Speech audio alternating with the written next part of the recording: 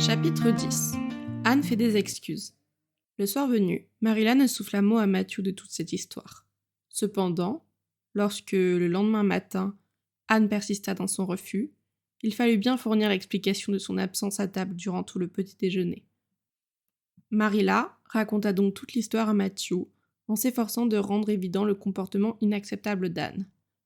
« C'est une bonne chose qu'Anne ait remis à sa place cet insupportable commère, » répliqua Matthew en guise de solidarité. « Matthew Colbert, tu me stupéfies. Tu sais parfaitement qu'Anne s'est très mal comportée, et pourtant tu prends parti pour elle. Je présume que tu vas finir par me dire qu'après tout, elle ne devrait faire l'objet d'aucune punition. » « Eh bien, non, pas exactement, » fit Matthew mal à l'aise. « J'estime qu'on devrait bien la punir un peu. Mais ne sois pas trop dur avec elle, Marilla. Rappelle-toi que personne ne lui a jamais appris comment se comporter. Tu vas bien lui donner quelque chose à manger, n'est-ce pas ? Est-ce que tu m'as déjà vu laisser mourir les gens de faim pour leur apprendre les bonnes manières ? Se récria Marilla avec indignation. Elle prendra ses repas, comme d'habitude, et je les lui porterai moi-même. Elle va rester là-haut, jusqu'à ce qu'elle ait accepté de faire ses excuses à Madame Lynde. Pas question de discuter avec cela Matthew. Le petit déjeuner, le dîner, le souper furent tous pris dans le plus parfait silence, car Anne s'entêtait. Après chaque repas, Marilla portait au pignon est un plateau bien garni, et le redescendait à peine un peu plus tard, sans qu'on y eût beaucoup touché. Matthew ressentit un fort désarroi lorsqu'il vit le plateau redescendre pour la 3e fois.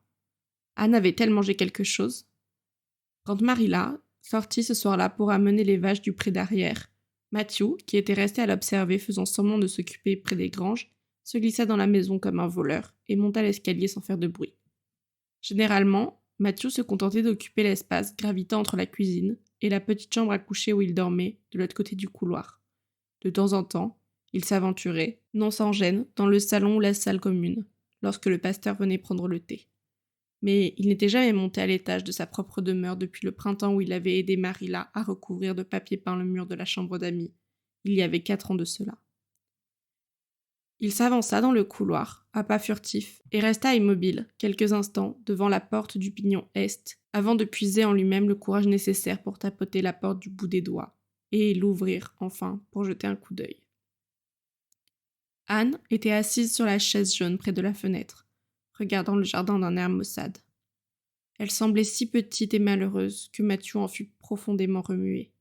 Il referma la porte, très doucement, derrière lui, et s'avança sur la pointe des pieds vers Anne. « Anne » murmura-t-il comme si quelqu'un eût pu l'entendre. « Comment ça va ?» Anne eut un sourire triste. « Assez bien, mon imagination est fertile et cela m'aide à tuer le temps. Bien sûr, je me sens un peu seule, mais il vaut mieux que je m'y habitue. » Anne sourit à nouveau, faisant bravement face aux nombreuses années de régime cellulaire qui la menaçaient, à coup sûr. Matthew se rappela qu'il ne devait pas perdre de temps et vite livrer à Anne ce qu'il voulait lui dire, car Marilla risquait de revenir à tout moment. « Dites-moi, Anne, est-ce que vous ne pensez pas qu'il vaudrait mieux faire ce que Marilla vous demande ?» murmura-t-il. « Il faudra vous y plier tôt ou tard, vous savez, car il n'y a pas de femme plus déterminée que Marilla. Pas de femme plus déterminée, Anne. Allez-y tout de suite, je vous dis, et vous en aurez fini. » « Vous voulez dire faire des excuses à Madame Lynde ?»« Eh bien, oui, des excuses, c'est le mot, » dit Matthew avec empressement. « Il faut arrondir les angles, pour ainsi dire. C'est cela que je voulais vous faire comprendre. »« Je suppose que je pourrais le faire pour vous, » rumina Anne perplexe. « Cela correspondrait d'ailleurs à la vérité de dire que je suis désolée, parce que maintenant je le suis vraiment, désolée. Hier soir, je n'étais pas désolée du tout. J'étais tout bonnement furieuse, et ma colère n'est pas tombée de toute la nuit. Je le sais parce que je me suis réveillée 3 fois, et à chaque fois, je me sentais toujours aussi furieuse. Mais ce matin, c'était fini. Je n'étais plus en colère, et je me sentais toute bizarre, toute vide. J'avais tellement honte de moi, mais je ne pouvais me résoudre à le dire à Madame Lynde. Et ce serait une telle humiliation. J'ai donc décidé de rester toujours cloîtrée ici plutôt que de m'excuser. Mais à vrai dire, je ferai n'importe quoi pour vous, si vous le souhaitez vraiment. Voyons, bien entendu que je le veux. On se sent si seul en bas sans vous. Allez, faites ce qu'il faut pour que tout le monde se calme. Vous serez une bien gentille fille. Très bien, donc. fit Anne d'un air résigné. Je dirai à Marilla dès son retour que je me reprends. C'est bien, c'est très bien, Anne. Mais ne dites pas à Marilla que je vous en ai parlé. Elle penserait que j'ai tenu à mettre mon grain de sel dans cette histoire, alors que j'avais promis de ne pas m'en mêler. On me couperait en morceaux que je ne parlerai pas. De toute façon, personne ne coupe les gens en morceaux de nos jours, n'est-ce pas? Mais Matthew était déjà parti, effrayé de son propre succès. Il s'enfuit, à toute vitesse, jusqu'à l'extrémité la plus éloignée de l'enclos des chevaux, de peur que Marilla ne se doutât de son intervention. Marilla, lorsqu'elle revint à la maison, fut agréablement surprise d'entendre une voix fluette l'appeler du haut de la rampe. « Marilla! Marilla !» « Et alors ?» dit-elle en arrivant dans le couloir. « Je regrette de m'être laissée aller, d'avoir employé des mots grossiers, et je suis prête à aller le dire à Madame Lynde. »« Très bien. » La sécheresse de Marilla ne traduisait nullement le soulagement qu'elle éprouvait. Elle s'était demandé ce qu'elle eût bien pu faire, pour l'amour du ciel, si Anne s'était refusée à céder. « Je vous y conduirai après la traite. » Et c'est ainsi qu'une fois les vaches traites, Anne et Marilla descendirent l'allée à grandes enjambées. L'une toute droite, le pas triomphant, l'autre, le dos voûté, l'air accablé. Mais, à mi-chemin, le profond découragement qui se lisait dans le port d'Anne s'évanouit, comme par enchantement. Elle releva la tête, se mit à marcher d'un pas dégagé, les yeux fixés sur le couchant, trottinant avec une joie réelle, quoique discrète. Marilla, qui avait remarqué ce changement, ne l'apprécia guère. Ce n'était plus là une pécheresse repentante qu'elle s'était chargée d'emmener devant Madame Lynde, l'offensée. « À quoi pensez-vous, Anne ?» fit-elle d'une voix acerbe. « Je suis en train d'imaginer ce que je dirais à Madame Lynde, » répondit Anne, rêveuse. C'était là, certes, une réponse satisfaisante. Du moins, cela aurait dû l'être. Mais Marilla ne pouvait se défaire dans l'idée que dans l'engrenage de cette punition qu'elle avait pourtant mise au point, quelque chose ne tournait plus rond. Anne n'avait aucune raison, en tout cas, de paraître radieuse et enjouée. Radieuse et enjouée, certes, Anne continua de le paraître jusqu'à ce qu'elle et Marilla se trouvent en présence de Madame Lynde, assise près de la fenêtre de sa cuisine, un tricot à la main. Alors, la gaieté s'évanouit tout net. Chacun de ses traits se mit à transpirer le désespoir de la pénitence.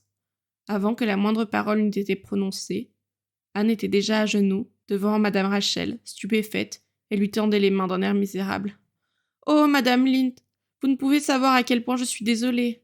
s'écria-t-elle, des trémelos dans la voix. « Je ne saurais jamais exprimer toute l'étendue de ma désolation. C'est impossible. J'en serais incapable, même si j'utilisais tous les mots connus dans un dictionnaire. Je me suis terriblement mal comportée envers vous, et j'ai porté préjudice à mes chers amis, Matthew et Marilla, qui m'ont permis de rester à Green Gables, bien que je ne fusse point un garçon. Je ne suis qu'une fille méchante et ingrate, et les gens respectables se doivent de me punir et de me rejeter pour toujours. C'était horriblement méchant de ma part que de vous mettre en colère, parce que vous m'aviez dit la vérité. C'était la vérité. Chacun de vos mots l'était. Mes cheveux sont roux, je suis couvert de taches de rousseur, je suis maigre, je suis horrible. Ce que je vous ai dit était vrai, bien sûr, mais je n'aurais pas dû le dire. Oh, Madame Lynde, par pitié, pardonnez-moi. Si vous refusez, j'en éprouverai un chagrin fatal qui me harcèlera le reste de mes jours. Vous ne voudriez pas qu'une pauvre petite orpheline, même douée d'un fort mauvais caractère, éprouvât un tel chagrin, n'est-ce pas? Oh, mais je suis sûre que non, Madame Lynde. Par pitié, dites que vous me pardonnez. » Anne joignit les mains, baissa la tête et attendit que le jugement fût rendu. On ne pouvait douter de sa sincérité. Elle palpitait dans chacune des inflexions de sa voix. De cela, autant Marilla que Madame Lynde pouvaient en être sûres, sans le moindre doute.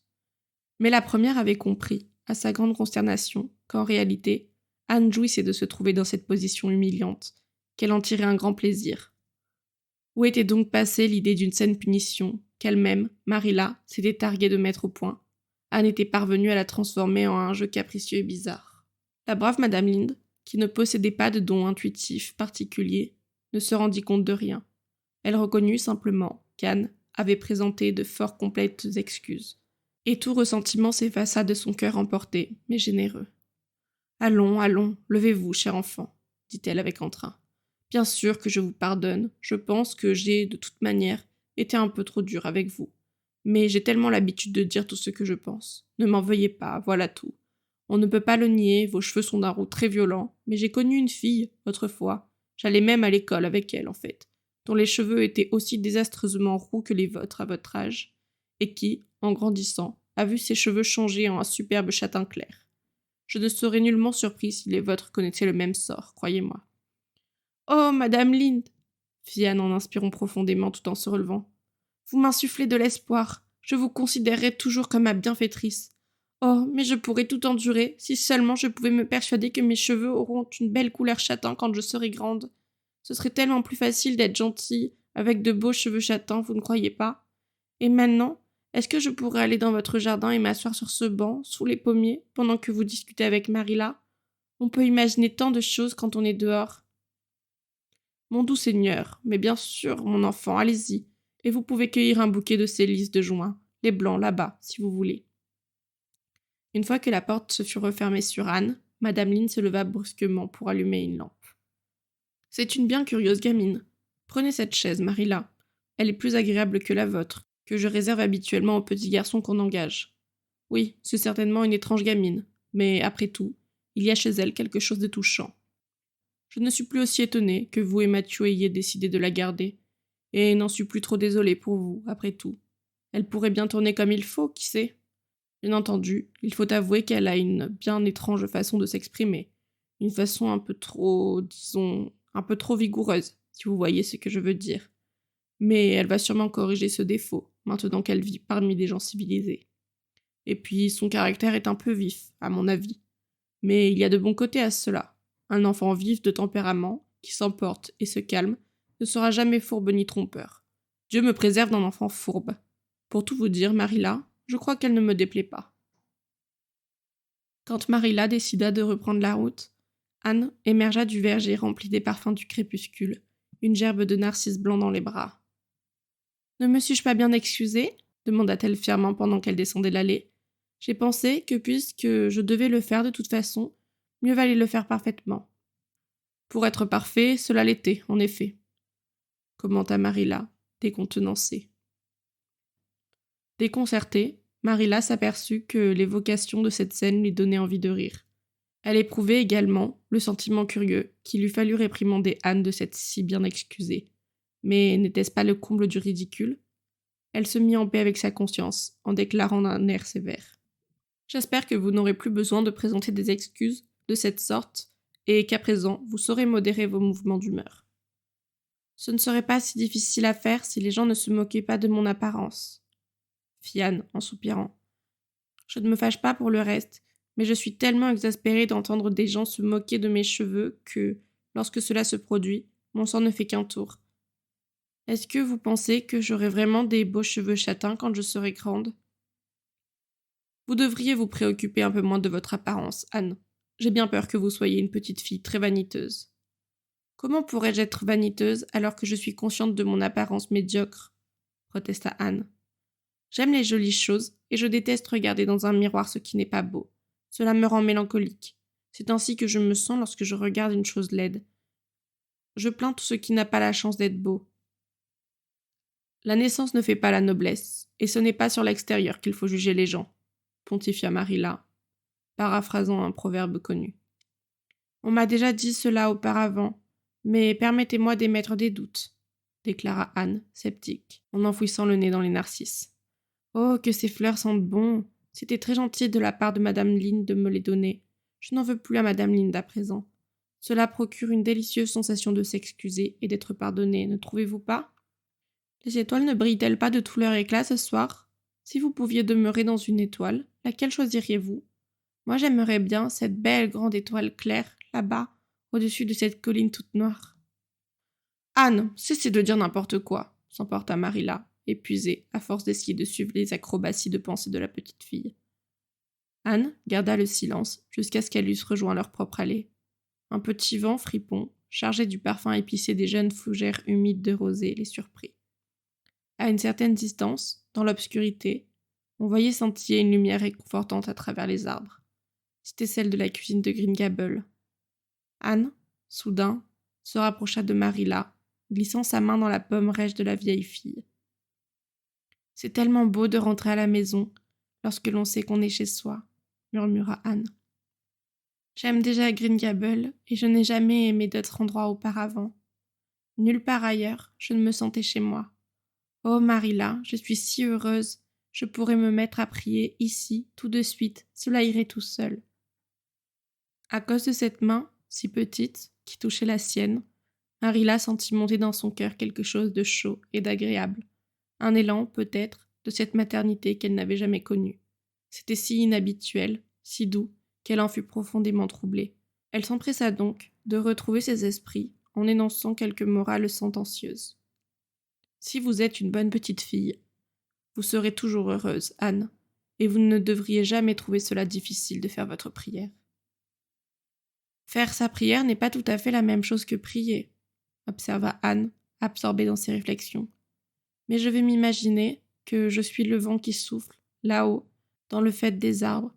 Lorsque j'en aurai assez des arbres, je m'imaginerai que je descends, doucement, parmi ces fougères, et que je m'envolerai jusqu'au jardin de Madame Lind, et j'y ferai danser les fleurs, et là, d'un seul coup, je balayerai le champ de trèfle, puis je soufflerai sur le lac au miroir, et je le ferai onduler pour qu'il forme des petites vagues brillantes. Oh, comme le vent permet à l'imagination de vagabonder. Eh bien, c'est fini, je ne dirai plus rien, Marilla. Que Dieu soit loué, soupira Marilla, prise d'un pieux soulagement.